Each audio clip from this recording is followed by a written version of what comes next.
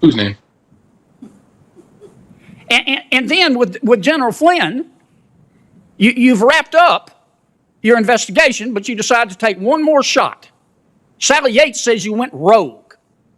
Isn't that accurate? It is not accurate. Well, why would she say that? She sure didn't compliment you. I was sitting right here, bigger than Dallas. Listen to her. She said you went rogue. Is he asking me what she meant by that? Yeah, what do you think about that? No, I think she was disappointed that I didn't coordinate the Flynn interview with her in advance, and I understood her concern about that. I think she understood my explanation afterwards as to why I used my authority, which I had. All right, Mr. Comey, let's go directly to lies. The Inspector General report concluded that Mr. Klein-Smith, an attorney who worked for you in the FBI, deliberately altered an email. He had emailed the CIA to ask if Carter Page was a source. The CIA came back and said, yes, he was a source. And Mr. Klein-Smith, your lawyer, altered that email to add the words, not a source, to make the email say precisely the opposite of what the CIA said, and that fraudulent document was then used as a basis for a fraudulent submission to the FISA court. You believe that is honest and competent, Mr. Comey? I don't believe you've offered an accurate summary of the Horowitz's findings. Mr. Comey, I have the report right in front of me. Page 254 describes how the lawyer, specifically the words, and not a source, had been inserted in. There's a long-standing political saying, when justice starts choosing sides, the whole republic ends up paying for it. But before we get into it, make sure you like this video, share it, and subscribe to Uncensored Headlines. Pour yourself something, coffee, whiskey, water, maybe even champagne, whatever helps you settle in, because this is one breakdown you'll want to watch all the way through. Stay with me now, let's get started. What we witnessed in the hearing wasn't just routine questioning, it was a full-blown political showdown. On one side, you had Senator John Kennedy and Senator Ted Cruz. On the other side sat former FBI Director James Comey, and after watching the entire exchange, I can tell you this, in my more than 2 decades of studying Washington's political battlefield, Comey left that room looking like he'd just been run over by a constitutional freight train. I'll give you this. You have been an equal opportunity egotist. You have tried to screw both Trump and Clinton. Let's talk about Clinton first. When you were head of the FBI, you investigated Secretary Clinton and her emails and her server, did you not? The FBI team did while I was director, yes. And you concluded that there were no criminal violations, did you not? There were no violations that a reasonable prosecutor would pursue. But you didn't just issue a statement. You called a press conference. And you commented on her behavior. You said she was extremely careless, but in your opinion, there was no criminal intent. What were you thinking of? I mean, this is the Democratic nominee for President of the United States. Didn't you realize that could have an impact on the investigation? The investigation was ending at that point when I issued the summary of what we had concluded. Sorry, I misspoke. Didn't you realize that could have an impact on the election? Oh, potentially, sure. And I was trying to offer... I'm sorry, go ahead. I was trying to offer transparency about the justification for ending an investigation of intense interest to the American people in July 5th of 2016. Well, you gave us a full dose of transparency. 11 days before the election, you sent a letter to Congress saying, never mind what I said in my press conference, my unprecedented press conference, I'm going to reopen the investigation, didn't you? Correct. I didn't say what you just said in the letter, but I told the chairs of the committees we were reopening the investigation to examine some additional material. And then a few days later, right before the election, you said, never mind. She didn't do anything. No, I said the examination was completed and it doesn't change our view. And we're not talking about a parking ticket here. We're talking about the Democratic nominee for President of the United States, the most powerful person in the free world. And you didn't think that would have an impact on the election? Oh, I knew it could potentially have an impact no matter what we did. And you don't like attention? Yes, both of those things are true at the same time. Sometimes you have to make hard decisions and you don't like attention. Let's talk about Trump.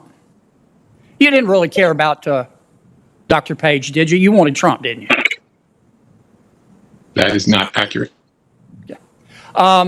When you went and got these warrants to investigate Dr. Page, that you don't remember much about, what did that allow you to do? Could you follow him around? First, I didn't, Senator, go get any warrants. The investigative team and the lawyers from DOJ got offers. Right. Could you follow him around with the authority from FISA? No, you didn't need authority from FISA to follow someone around. This was about electronic surveillance. Oh, you Directly reversing what the CIA says. Was it practice in your FBI to fraudulently alter evidence that you submit to federal courts? It was not the practice in the FBI to fraudulently alter anything that's presented to federal courts. Well, it is difficult to say that an investigation that featured fraudulent evidence is competent and honest. But let's move on to something else. The predicate of much of this investigation was the Steele dossier, which has now been totally discredited as garbage. When did you learn that the Steele dossier was being funded by the Democratic National Committee and the Hillary Clinton campaign? Again, I believe your predicate is inaccurate, but I first learned of the Steele dossier in late September of 2016 and understood that it was funded by political opposition to President Trump, or candidate Trump. I didn't know the specifics of which part of the opposition, but I knew that it was political opposition research funded. When? When did you learn that? I think about the time I was briefed on it, so about the same time, probably third week of September. So you were personally aware that the political opposition, whether the DNC or Hillary Clinton or whatever campaign bucket it was coming from, it was the opposing party that was funding it. You were specifically aware of it in September. Why didn't you tell the FISA court? Why did you admit that over and over and over again on applications you submitted? Didn't the court deserve to know that? My recollection is the FISA court was alerted to the possibility that it was a politically biased reporting. Your recollection is false. The FISA court was not told that it was funded by the DNC. That's one of the omissions that your FBI did repeatedly to the federal court. All right. Another. Go ahead. That's not what I just said. So. Well, what did you just say? I said my recollection is the court was alerted that there was potential political bias in this reporting. Political bias is different from saying it was funded by the Hillary Clinton campaign. You just testified to this committee. You were specifically aware of that, and yet you repeatedly did not inform the court of it when you were getting an order to essentially weaponize the Democratic opposition research. All right, next question. When did you learn that the primary subsource, so the basis for this garbage Steele dossier, was a suspected Russian asset? I don't remember ever being informed of any prior investigation of any of Steele's sources, including the primary subsource. So you're not aware of it today? I'm aware of it today because I've read it in the public sphere, and I've read a summary memo that the Department of Justice sent to the Judiciary Committee. I would note the primary subsource was subject to FBI investigation, a counterintelligence investigation from 2009 to 2011.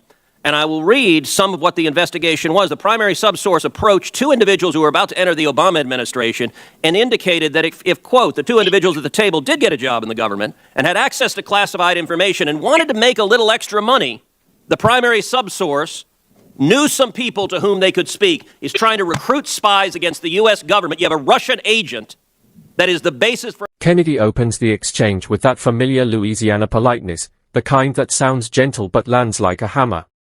Senator John Kennedy wastes no time zeroing in on James Comey's rising profile, the book contracts, the media spotlight, the sudden transformation into a public figure. The message is clear from the start: this isn't going to be an easy ride. Then Kennedy goes straight for one of the most controversial moments of Comey's career, that press conference where he labeled Hillary Clinton's actions extremely careless, while at the same time recommending no criminal charges. Kennedy presses him on the contradiction, forcing Comey to defend a decision that critics have questioned for years. Just when it seems like Kennedy might be wrapping up, he pivots. He brings up the letter Comey sent to Congress, the one that reopened the Clinton investigation a mere 11 days before Americans went to the polls. Comey frames it as transparency. Kennedy clearly doesn't see it that way. Then comes the topic of FISA surveillance and Carter Page. Suddenly, Comey's answers grow cautious. The responses become familiar. I don't recall. I don't remember. That was handled by others. It's the classic Washington distancing act. And Kennedy isn't shy about pointing out how troubling that sounds coming from the man who once led the world's most powerful investigative agency. Kennedy invokes Sally Yates, noting her claim that Comey had gone rogue. Still, Comey maintains the image of a reluctant public servant, someone who never wanted the spotlight, and just as Comey appears to be holding his ground, Senator Ted Cruz steps in. Cruz approaches the moment like a courtroom prosecutor. His opening question is blunt: was the FBI's handling of the Russia probe, the Carter Page surveillance, and the Flynn investigation both competent and honest? Comey answers yes. That answer opens the door. Cruz immediately points to the Inspector General's findings, 17 significant errors and omissions in the surveillance applications. The kind of mistakes, Cruz suggests, that would end someone's career in any ordinary profession. Then Cruz brings up FBI attorney Kevin Klein-Smith, who altered an email related to Carter Page's status.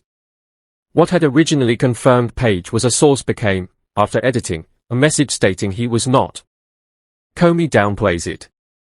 Cruz does not. The questions keep coming. Was the court told that the Steele dossier had political funding tied to the Democratic National Committee? No. Was the court informed about concerns surrounding the dossier's primary subsource? No. Did Comey authorize leaks that he later denied? Former Deputy Director Andrew McCabe says yes. Comey says no. Cruz lets the contradiction hang in the air, then he delivers his final line, calm, measured, and pointed. He says the FBI under Comey had to be one of two things, corrupt or incompetent.